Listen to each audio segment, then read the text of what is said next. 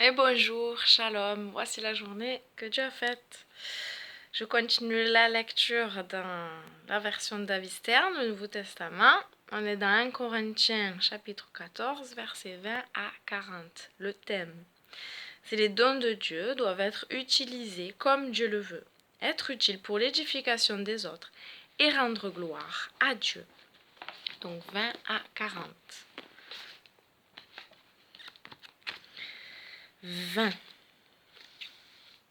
Frères, ne soyez pas des enfants dans votre entendement. À l'égard du mal, soyez des petits enfants. Mais pour ce qui concerne votre entendement, soyez des adultes. Voici ce qui est écrit dans la Torah. Par d'autres langues et par des lèvres d'étrangers, je parlerai à ce peuple. Malgré cela, ils ne m'écouteront pas, dit Adonai.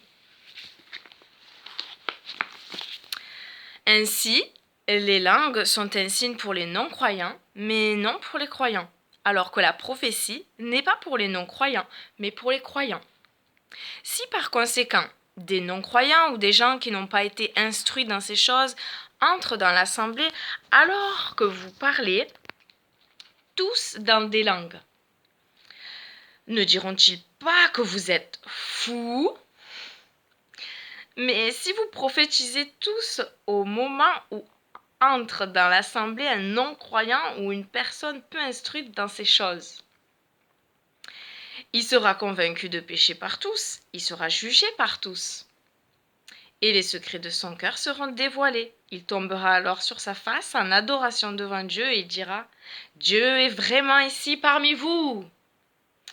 Que faut-il en conclure, frères ?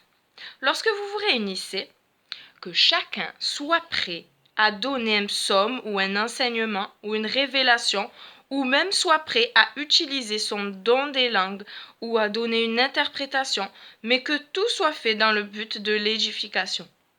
Si le don des langues est exercé, que cela soit par 2 ou 3 personnes tout au plus, et chacune à son tour, et que chacun interprète. S'il ne se trouve personne pouvant interpréter, que ceux qui parlent des langues gardent le silence quand l'assemblée se réunit. On peut néanmoins se parler à soi-même et à Dieu. Que 2 ou 3 prophètes parlent, et que les autres jugent ce qu'ils disent. Si un autre prophète qui est assis reçoit une révélation, que le premier se taise. Car vous pouvez tous prophétiser les uns après les autres, pour que tous reçoivent quelque chose et que tous soient encouragés. Et les esprits des prophètes sont sous le contrôle des prophètes. Car Dieu n'est pas un Dieu de discorde, mais de shalom. Dieu n'est pas un Dieu de désordre, mais de paix, nous avons l'habitude de lire. Comme dans toutes les assemblées du peuple de Dieu, que les femmes gardent le silence quand les assemblées se réunissent. Il ne leur est pas donné le droit d'y parler. Qu'elles soient plutôt subordonnées, comme le dit la Torah. Et si elles désirent apprendre quelque chose, qu'elles le demandent à leur mari à la maison, car il est scandaleux pour une femme de parler dans une réunion d'assemblée. C'est pas les pipelettes, hein, on a le droit de prophétiser. C'est les questions, la curiosité et le désordre. Pipelette. La parole de Dieu est-elle venue de chez vous? Ou bien êtes-vous les seuls à qui elle est parvenue? Si quelqu'un pense être prophète ou bien doté de l'esprit, qu'il reconnaisse que ce que je vous écris est un commandement du Seigneur. Mais si quelqu'un ne reconnaît pas cela, qu'il soit lui-même ignoré. Ainsi donc, mes frères, cherchez ardemment le don de prophétie et n'interdisez pas de parler en langue, mais que tout se fasse dans la décence et dans l'ordre. Fin du chapitre 14 et de la lecture du jour. Et la question de méditation est: aujourd'hui et cette semaine, comment puis-je utiliser mes dons de manière à fortifier les autres et rendre gloire à Dieu? Ah ben en donnant. puisque tout ce que nous avons reçu, c'est pour l'édification de l'Église. Donc si nous avons reçu des dons et que nous les gardons que pour nous, alors nous sommes égoïstes. Nous n'accomplissons pas la volonté de Dieu, puisque rien n'est à nous. Tout vient de Dieu et tout est pour l'édification de l'Église, du corps du Messie.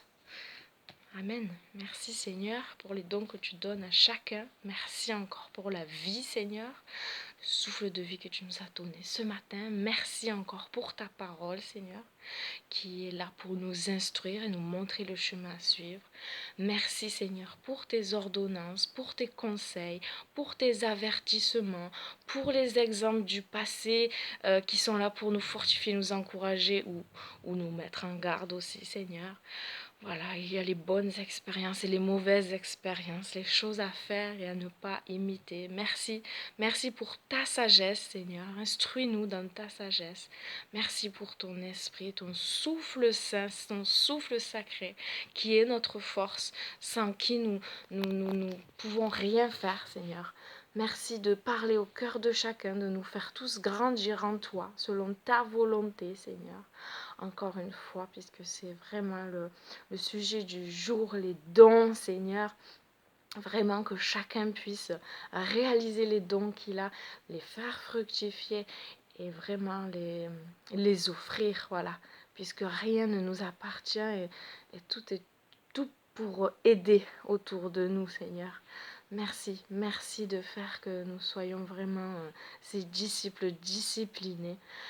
Aide-nous, Seigneur, et enlève, Seigneur, tout ce qui n'est pas ta gloire dans nos vies. Enlève, Seigneur, tout ce qui ne te glorifie pas, Seigneur.